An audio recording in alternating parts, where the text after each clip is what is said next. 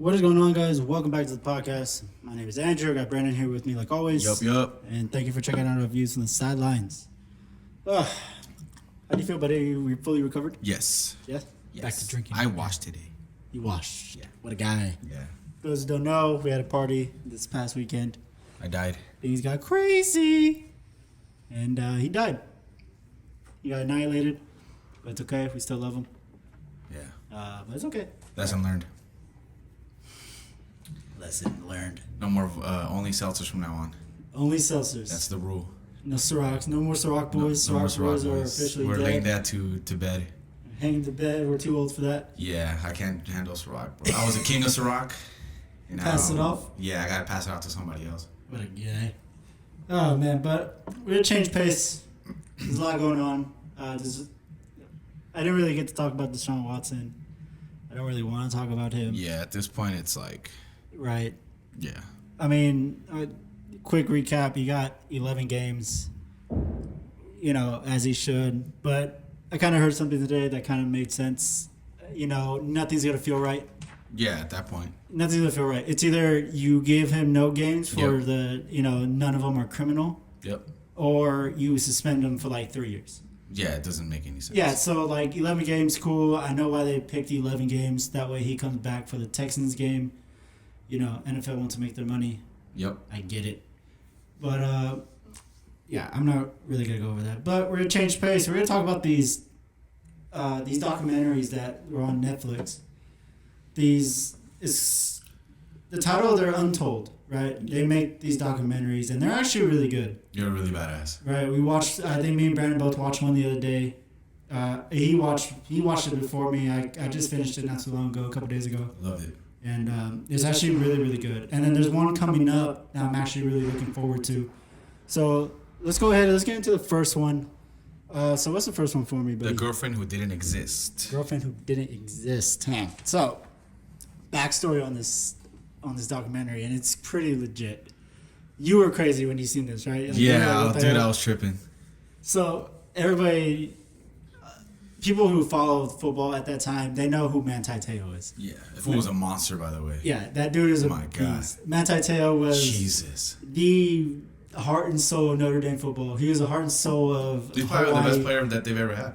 It's hands down, he's up there. When you talk about Notre Dame, and there's a lot of great players that came from Notre Dame, but he's surely up there. His college career was no joke. It was insane. And, obviously getting second runner-up to the Heisman, I mean, he had an unbelievable year. Yeah, 12-0 going to the national championship. We'll talk about that national championship game in a bit, but he had this girlfriend the whole time. Always having this girlfriend around, and just it was a love story, basically. She's from Hawaii, but she lived in California. And, this is before catfishing was a thing. Yeah. And my boy got catfished. She died. They came back to life, and everybody thought that he was in on it. And it was just one of those stories that kind of it was like a fall from grace. That's what I really thought of it.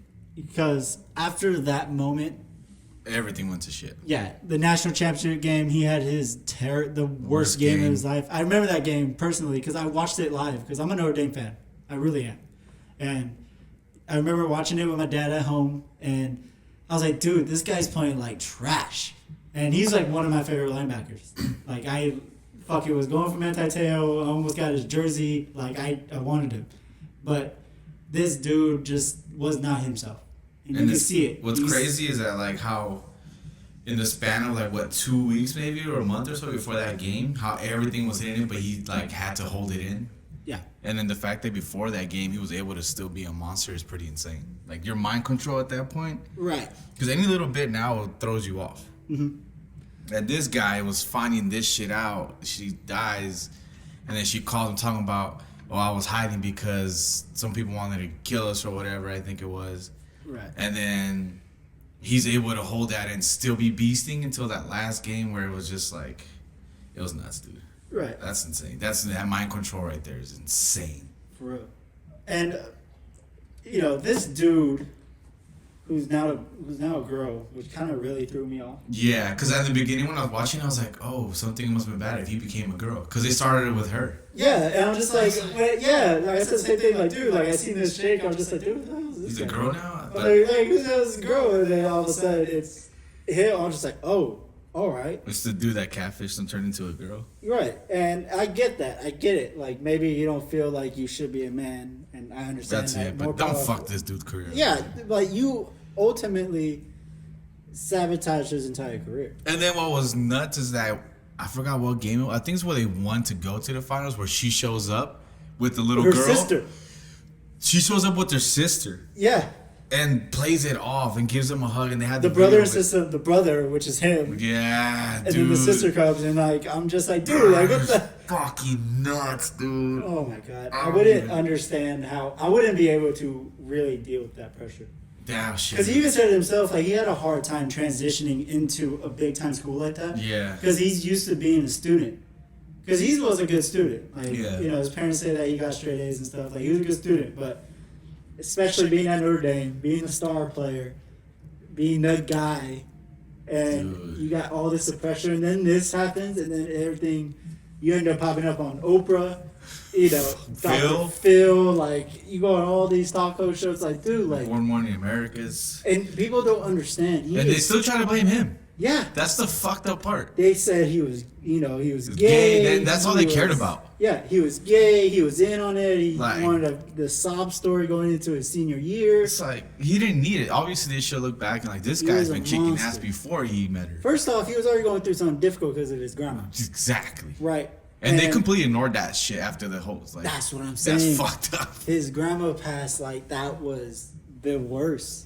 I would have been crushed. There's no way in hell I would have had a good season like he would. And the fact that it came out that same game when supposedly she died and the grandma, and he just murked that shit. Oh, he was playing out of his mind. My God. People don't understand how good Matt Titanic was. They That do guy would not. have been, we would have been talking about him to this day right now. Honestly, he would have. I'm so sad that his NFL career never panned out. That dude would have. Because he was a monster. If you see him go sideline to sideline, plug up any hole possible, making plays when he needed to make plays, he would have been great. But it's hard, especially as a young kid. He's only 20, 21 years old. It's like, what else? Still got to figure out his life with Yeah, college. like and he's a then kid. all these accolades are coming at you, and you're like this talked about Mm-hmm. guy, and then He's just a kid. Like, I don't think you're fully adult until you're about 25, 26. yeah. Until you experience a little bit after being out of high school. But, Yeah. The most fucked up part is how easily they switched up on him. oh yeah. That would have fucking killed me. Like already dealing with that, and then everyone just switching up on you like that. That shit would have. That's what I'm saying. I'm just like, you know, this kid's going to the combine and you got all these reporters after him and everybody's killing him. Yep. His draft stock drops, and that's even crushing. He's the Because last one to get drafted, right? He was second round, 32nd pick. No, the first pick of the second round. Oh yeah. So my thing it's kind of like, I don't understand how a situation that's kind of out of his control, That's the reason. because it's not his fault that his feelings got mixed into this. And Obviously, not he even could- that. It's just the fact that he got played and lied to. How's Yeah. that his fault? Like, he fell in love, obviously, with some chick that he met Sound like online. me. Yeah, of course, like exactly like you. I can see you getting catfish. I ain't Don't do gonna that. lie. But you know, he fell in love, obviously, as a kid, met her, and had this relationship. I guess if you want to call it, quote unquote. MySpace lovers. Yeah, I had one of MySpace those lover, before. Facebook. you Ooh, know. I love you, but I never see you. Exactly, but things like that, and then you get hit this kid saying that you got leukemia and you're in a coma, and the only reason why you're still beating is because you hear his voice. Get out of here, dude. The fucked up part more than that is she got in a big accident at first, I think, and then she tried to kill it off again by saying that supposedly she had leukemia and then she died. Right. Fam. I've had a couple good lives in my life, but god damn that shit. That's an trumps Oscar. anything that I've ever said to a girl. That's an Oscar. Honestly, she should get an actress. Just take away Will Smith's laugh and give it to her. Right? I have to say she now. Yeah, she. But He used to be. Yeah. And the fact that she was so nonchalant about it. Oh, dude, that entire documentary. She was more like, oh, now I feel remorse. free. Now I'm like, She shows man, no remorse, which is very fuck this upsetting dude to me. up. Honestly, it's so upsetting to me that I she would doesn't care. have walked over there where she left and like, I identify as a woman, and then socked her in the face.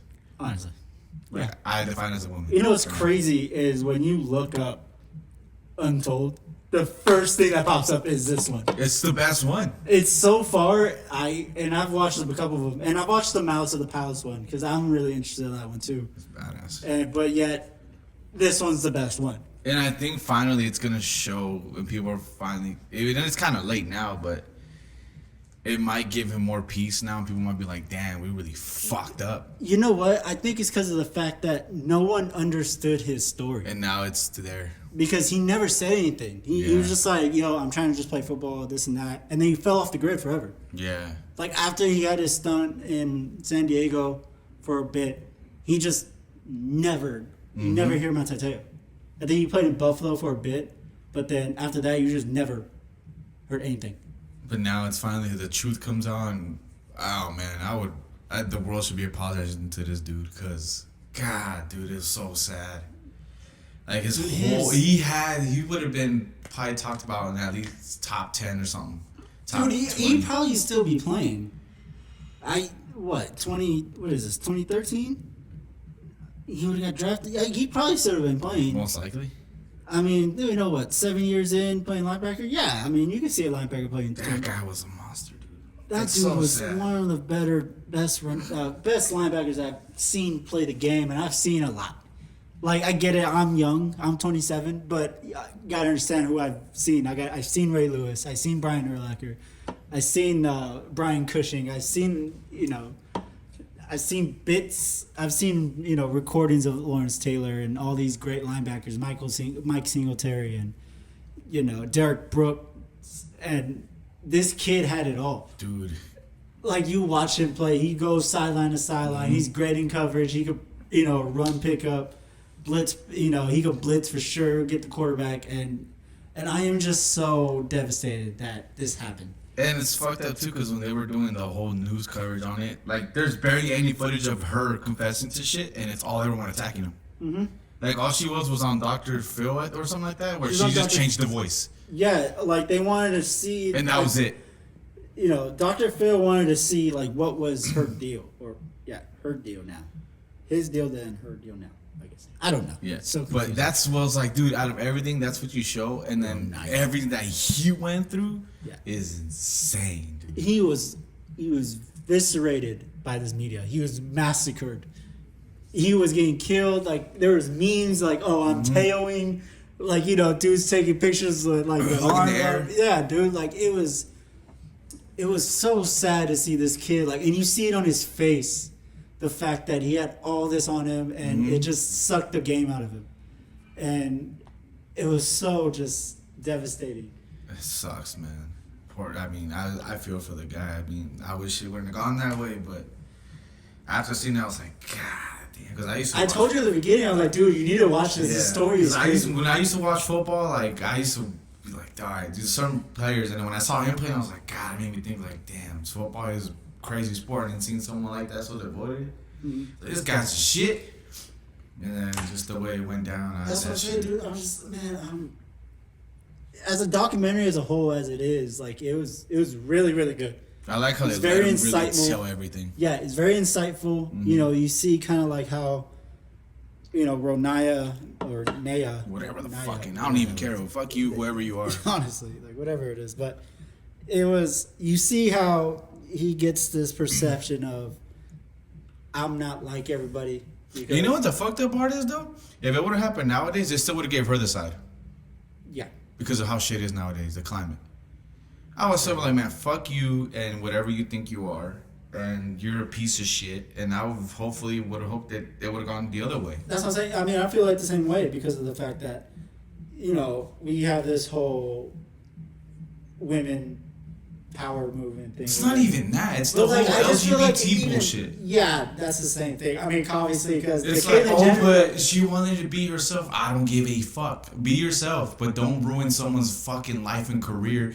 And then you ruin him emotionally. You crush him emotionally. I feel like there's some, suing possibility. I would have been like, bitch, you gave me the money, I'd be lost in the fucking NFL. That's what I'm saying. Like, you sabotaged his career. Oh, dude, I'm sorry.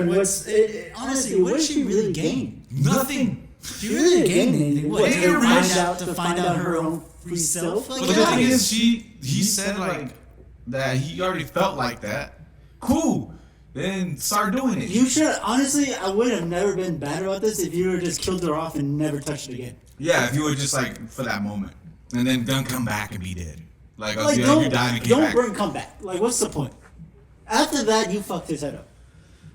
Because he was okay with you dying. He figured it out. He was okay. He had the best season of his life. And then the week before the Heisman, you tell him, I'm alive. I'm alive. What? She was like, I just felt like I missed it. Bitch, no one cares.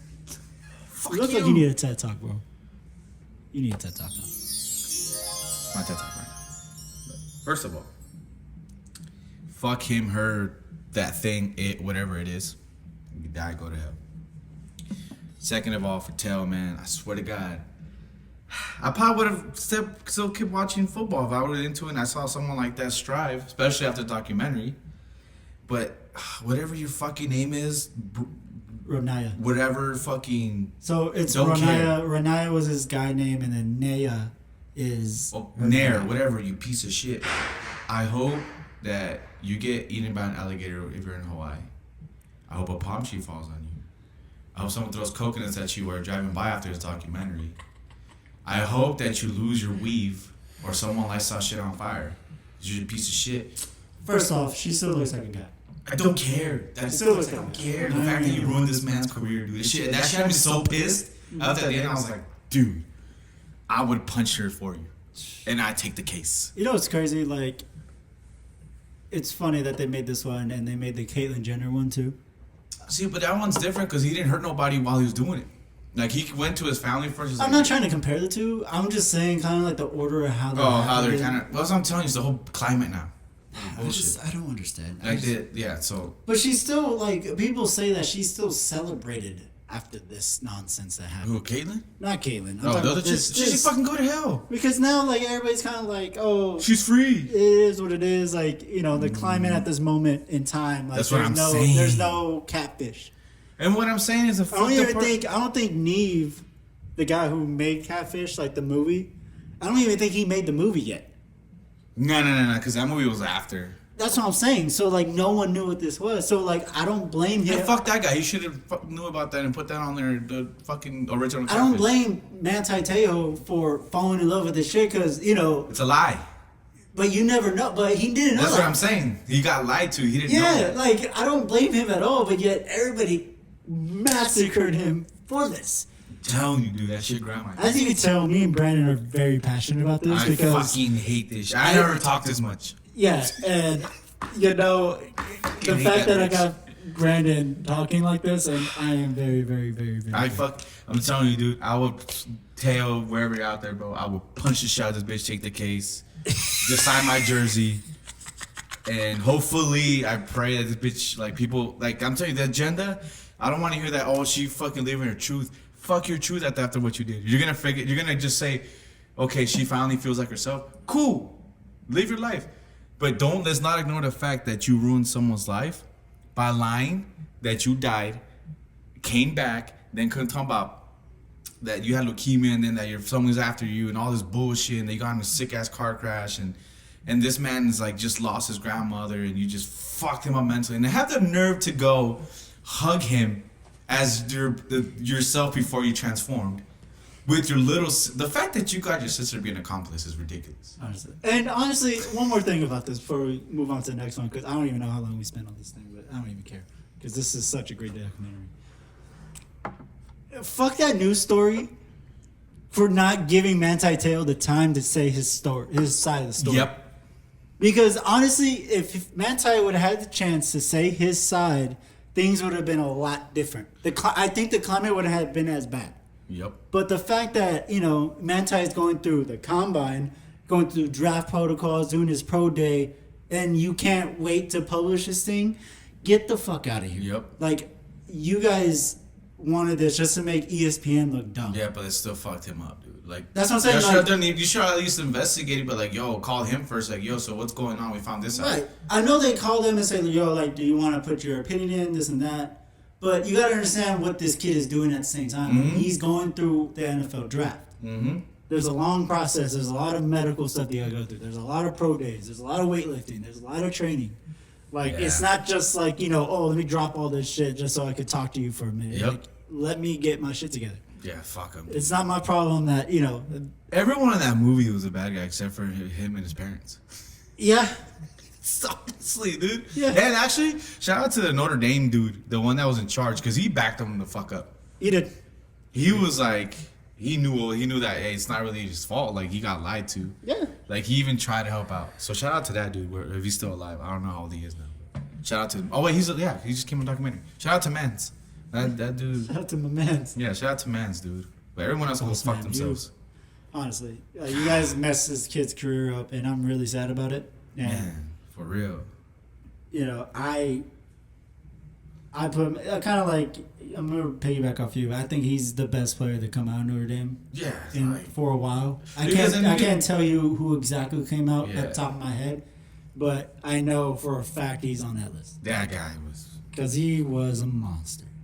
He was a monster, dude. So, Teo, sorry about what happened to you, buddy. We're with you. Fuck that bitch and her weaves and whoever's over there protecting her. Fuck everyone that was in that movie except for you, your parents, and Notre Dame dude. Shout out to Mans. Shout out to my man.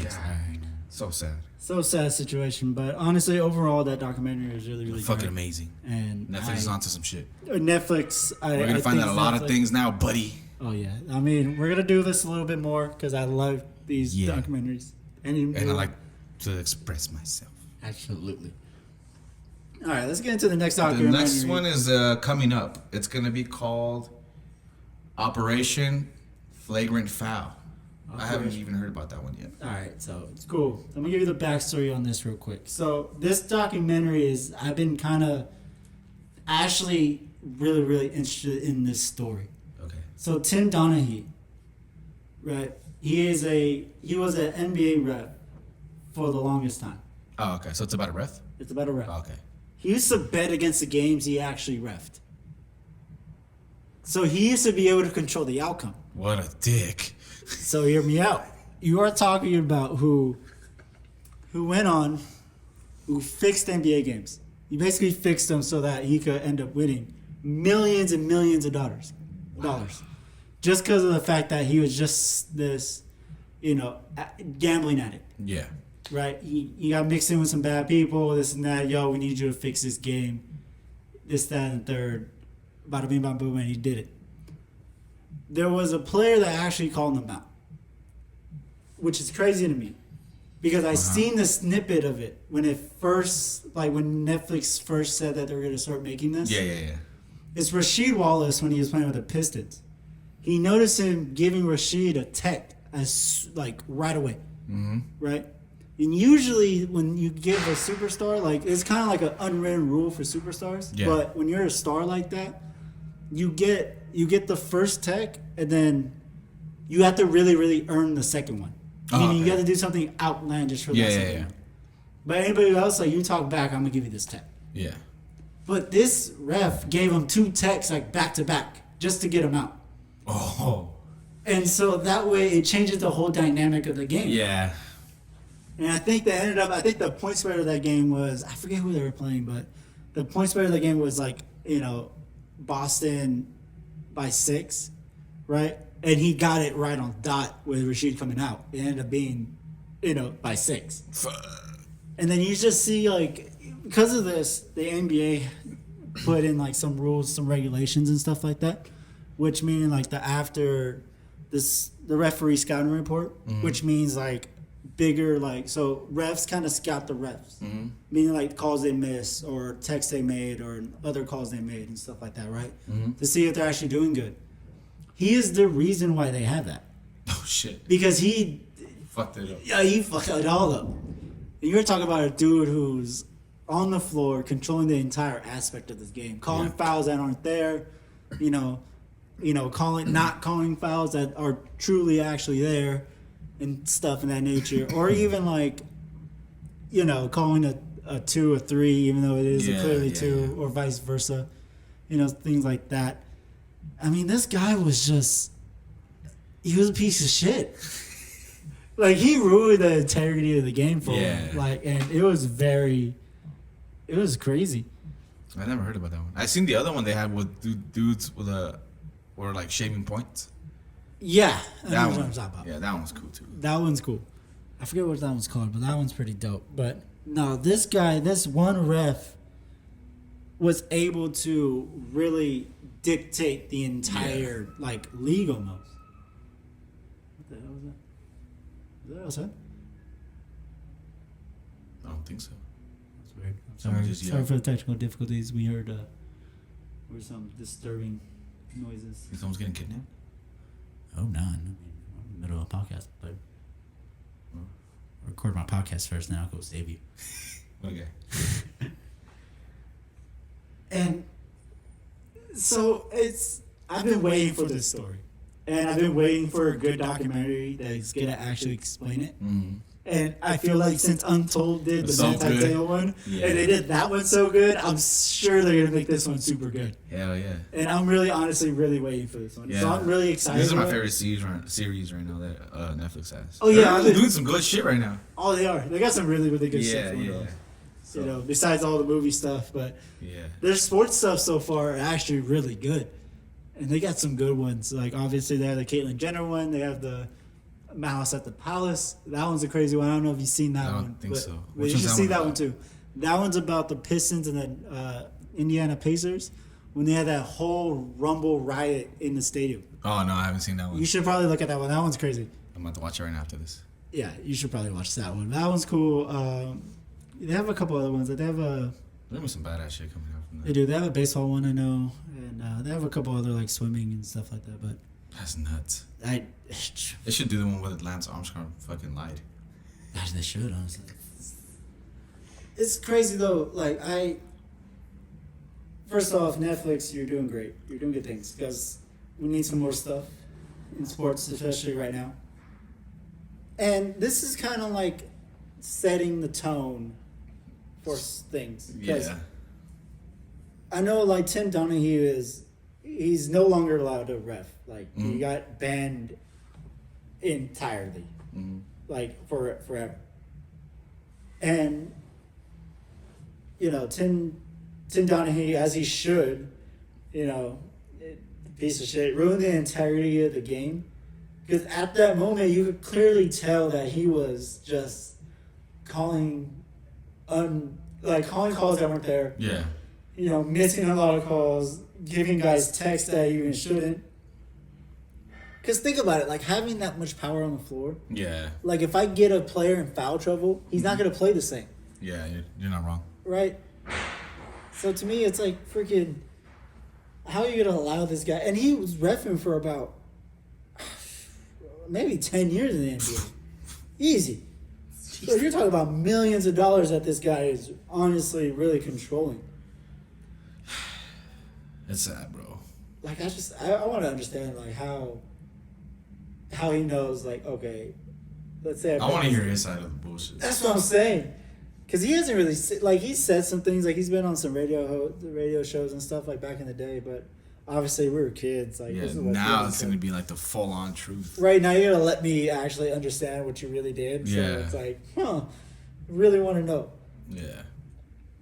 But yeah, Tim, this guy he got some mixed in with some dudes and he was influencing the game in every way possible.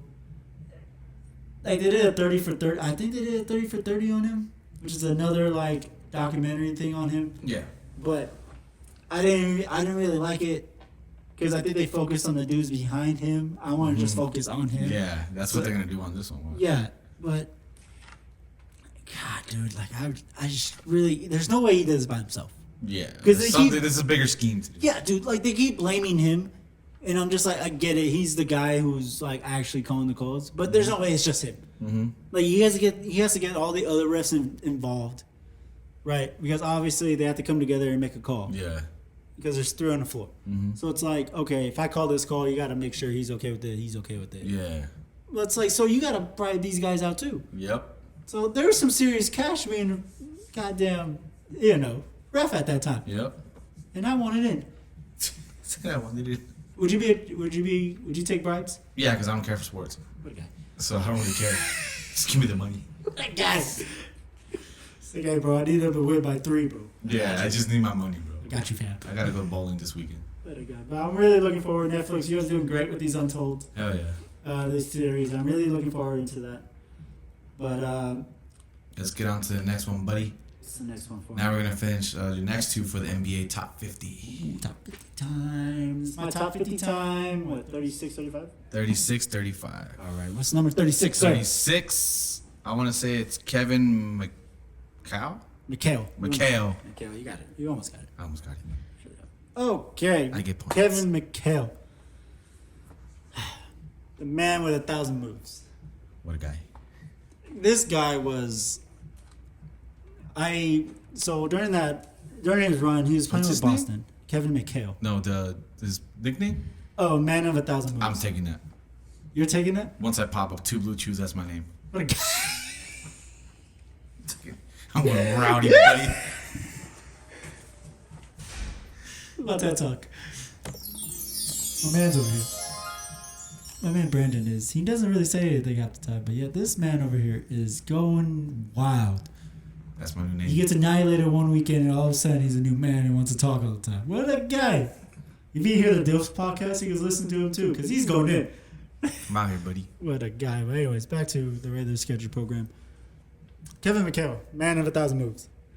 Apparently that's Brandon's nickname now. Yeah. So, he's part of the Hall of Fame. He's a 7-time All-Star. He's a 3-time NBA champ. He was part of the 86-87 All-NBA team. He was part of the 1980-81 All-Rookie team. 6-time All-Defense. 2 Six-Man of the Year champion. Or 2-Man of the Year award winner. And he's part of the NBA's top 75 team. Oh, nice. He is very underrated about what he did for those teams. And when you talk about that 86 Boston team, that's arguably one of the best teams that's ever played this game. Because you are talking about Larry Bird, you are talking about Robert Parrish, you are talking about Kevin McHale, Dennis Johnson. Who else is on that damn team? I don't even know. That team was just flooded with all-star talent. But you got to understand, like, this guy came off the bench at that moment. Yeah, he was dropping 17, 7, and 1 assist, but he was super efficient, shooting at 55%. Nice. So, but like this guy was just, you get him on the post, you get him in his best positions on the floor, he would go nuts on you. Like, this guy was capable of dropping points. Like, he went on a run, like in 86, he dropped 56. Oh, shit. Like, there's a game where he went 56, 10. He went 56, 10, and 16. Like, I'm sorry, 56, 16, and 6. Like, this guy was going nuts. Mm-hmm. And 7 blocks that same game. Like, this dude was just out of this world. This guy is on fire. Absolutely. And yet, like, he's very, like, kind of looked over as, like, the best power forwards to play this game. Because you got to understand, like, who else was, like, when you talk about power forwards, you're talking about, like, Tim Duncan, talk about Kevin Garnett, talk about Charles Barkley. Right now you're talking about kind of like a Anthony Davis. Like, you're talking about these guys who could do it all, but when you're talking about a pure, I need a guy to go get a bucket, Yeah. Kevin McHale is that guy. And I think he opened the floor up for Larry Bird, or vice versa. Because Larry Bird, obviously, to me, you're going to see him later on my list. He's going to be kind of close up. El Pájaro Larry. Yeah. Larry Legend. the Luca's dad, Luca's dad. Baby Bird Jr. Anyways, you're fine, Papa. You're fine. Yeah, that's a stupid name. Shut up. Anyways, before I was really interrupted. Anyways, what was I saying? You're saying something about Larry Bird? There we go. Anyways, so Kevin McHale and Larry Bird, right? I mean, I felt like that tandem was very great. It's kind of like it's a new age LeBron AD. Oh, okay. Like when you talk about a dude that could go get a bucket regardless, like Larry and LeBron do kind of the same thing. They can do it all. But then you're talking about dudes that on the post could go get a bucket. That's what Anthony Davis and Kevin McHale do. Oh, okay. I just think Kevin McHale's post work is better than Anthony Davis's. Anthony Davis is just kind of benefit of the doubt that he's like 6'10". Right? Like this guy's, I believe he's 6'9", so he's like right there. He's almost there. He's like legit right there. But this dude, I just feel like Kevin McHale's post work was much, much more advanced. Because this guy could get you in any position. You put him on the floor, he's going to get a bucket. Makes sense. What the hell is going on? I don't know. So Kids scared. fighting. I'm scared. Anyways, but like I said, I just feel like Kevin McHale is one of those players that is highly underrated. Okay. Because Sounds of... Man sounds like a beast. He is, honestly. He really, truly is. I feel like without Kevin McHale, Larry Bird wouldn't have gone as far as he did. Because even though Larry was that great, he still needs... no one could really do it by himself. No one can. And Kevin McHale's that guy. He's the perfect person. Like, he doesn't need the ball like that. But yet, if you give him the ball, he's going to be super efficient. Like, he could play defense, as you could tell with the 6-time all defensive teams that he was on. And that's a big deal. Like, especially in that era, going against the big men like that they had, that you had to go through Olajuwon, you had to go through Shaq not yet. He wasn't there yet. But Sabonis, he had to go through Sabonis for a bit and all these other big men that were there. But this guy was just tough. Tough dude. Like, you're talking about him, like, I think what did he do? What did Kevin McHale? Oh, Kevin McHale snatched Kurt Rambis out the air. There's a video where you talk about the Lakers-Celtics rivalry. Kurt Rambis, he wasn't a great player, but he was a player. He was all right. He goes up for a layup, and rather than, trying to, like, play defense, Kevin McHale just snatches this dude out the air. Clothesline, like WWE status. Not giving a shit.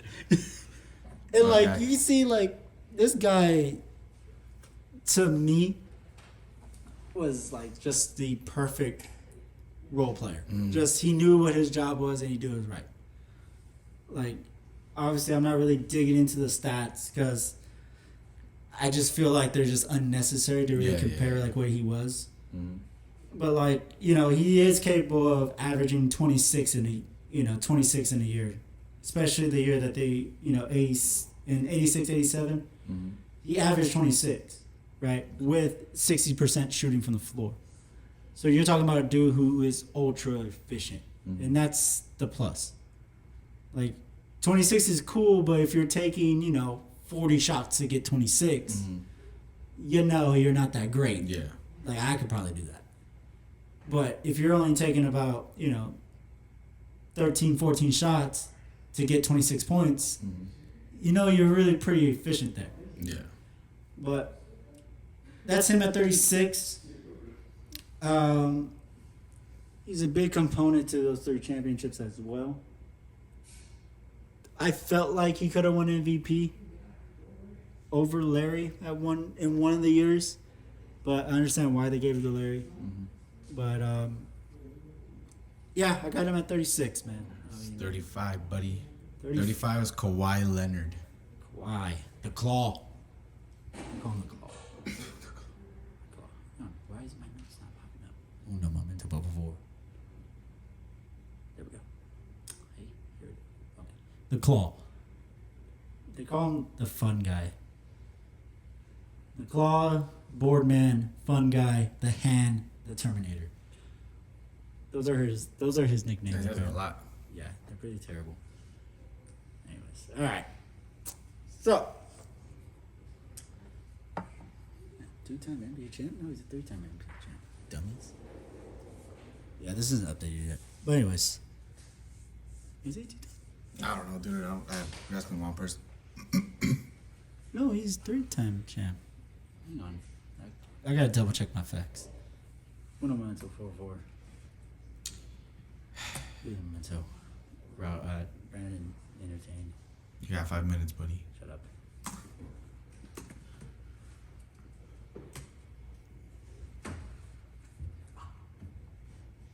Is it 20? You only have 2? Oh, he does have 2. What a guy. I'm sorry.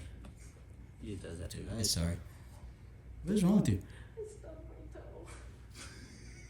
Good. Because I hear like the faint scream of her like trying to like, be quiet. But, it's okay. Yeah, that's what I heard. Yeah. Anyways, all right, Kawhi Leonard. He's a 5-time All-Star, 2-time NBA champ. He is the 2014-15 Steals champ.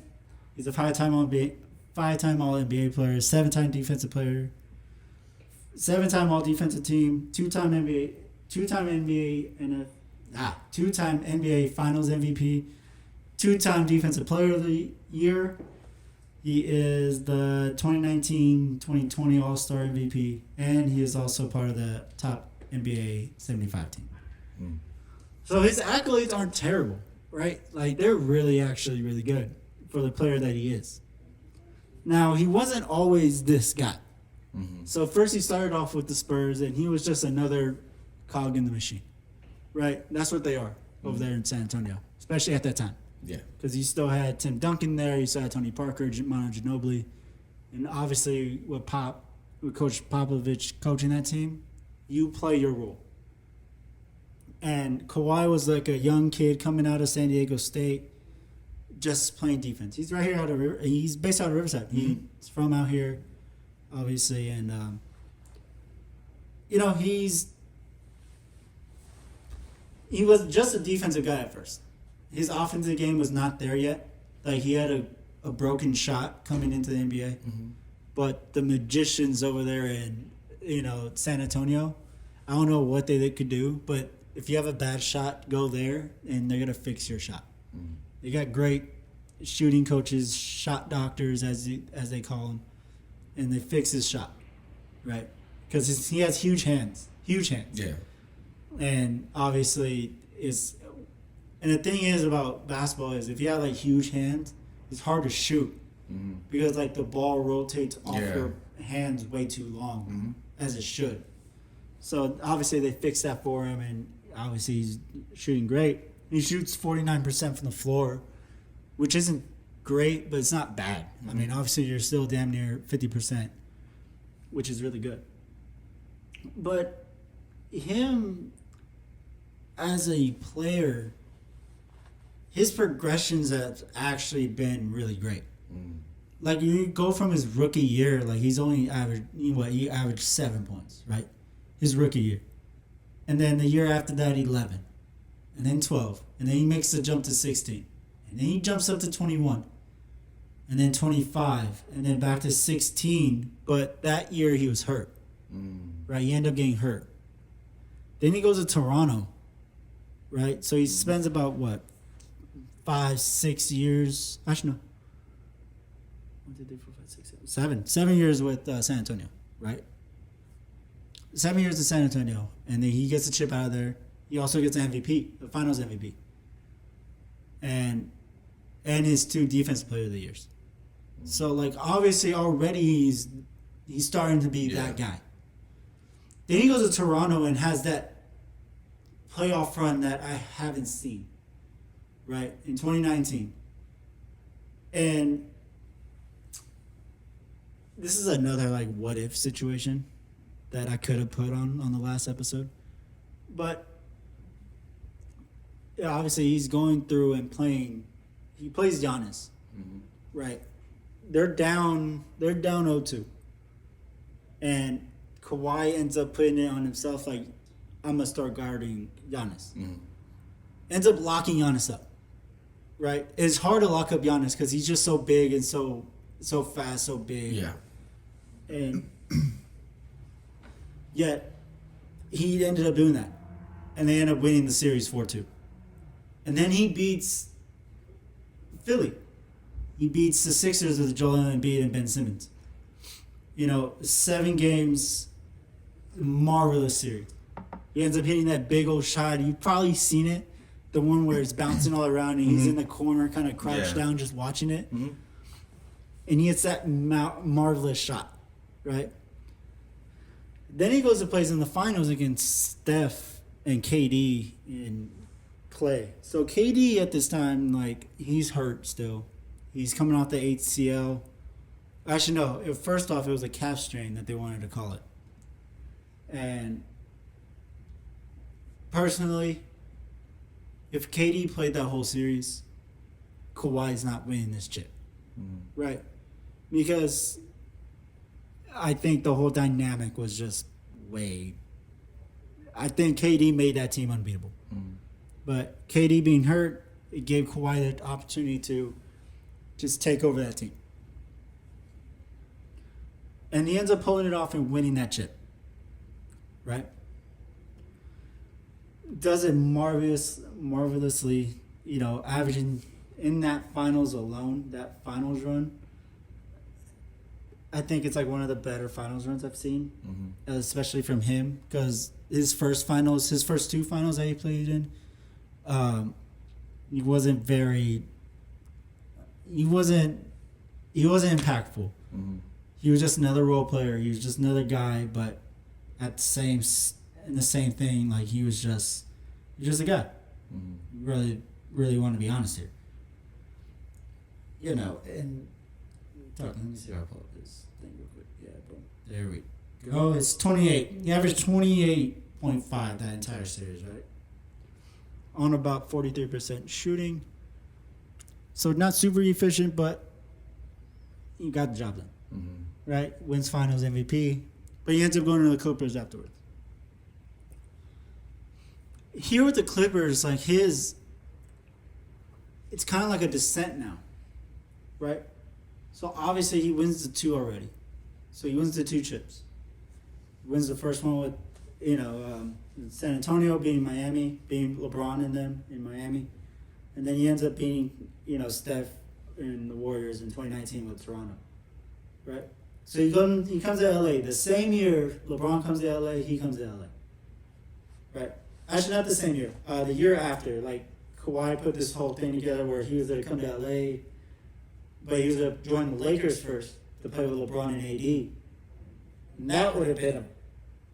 If Kawhi would have done that, then he would have rang off like 3 in a row. But no, he chose to play with Paul George and the Clippers. Kind of the worst mistake of his life, because he hasn't been able to get out the playoffs since.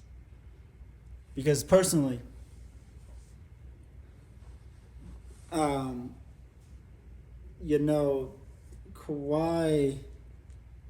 he has this thing about where he has to be at 100% to play. So he'll sit out a lot of games. Like, he'll only play like 60-some games, like 62, 63 games. And it hurts him.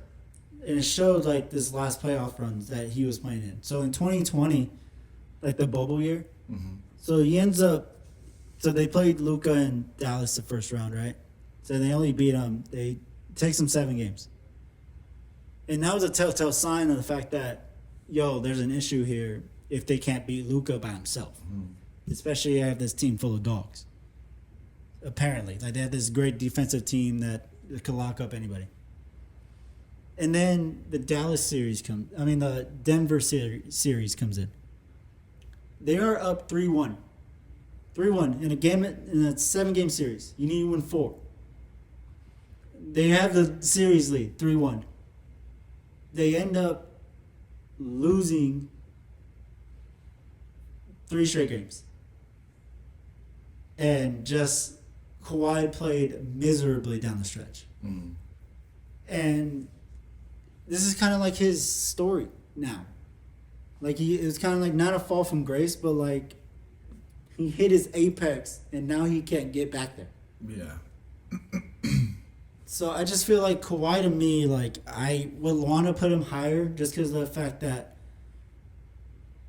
Kawhi to me is like one of those players that kind of compared to like KD or LeBron or Giannis, like his skill and talent level is there, but like his flameouts are way too apparent, and I just have the problem. So that's why I have him this low. I don't think he's done enough yet. He hasn't played enough yet for me. He's been very hurt a lot. Like last season, he missed the entire season, so he just hasn't played. Mm-hmm. So for me right now, he's at 35, and I'm okay with him being at 35. I don't even know how long this podcast is. It's already 50 minutes. Nice. Well, we went in on Monte Teo, which I'm okay with. Yeah. But that is it for my top 50. Kevin McHale and Kawhi Leonard. And obviously the Manti Teo and, the Tim Donaghy documentaries are coming up. We also have a special treat for next week. We have a special interview, just a special interview and a special event that I'm grateful for. And hopefully it puts us kind of over the top that I'm looking for. But that's all I'm going to say. I'm not going to give you guys any more. I'm not going to say who. But it's very prominent. If you've seen him, you can watch him on Netflix. His show is still on there. The Last Chance U. So maybe you can see who I'm talking about. I don't know, maybe. But other than that, man, I'm good. Brandon, you got to add anything? No, we Gucci. Gucci. Okay, we are Gucci today. Quick little shout out to my homie Brandon from Monrovia, BMW Monrovia. If you need a car or something, man, go hit him up. Let him know that Drew sent you, and he'll hook you up for sure, guys. And please go follow the podcast Instagram. Also follow the podcast, subscribe to us, like us, share it, give us 5 stars, rate us. Go follow Twitter as well at DilfViews. And that's it for me. Brandon, I appreciate you, everything that you do. And we'll see you guys next week, all right? All right, later, guys. Latest.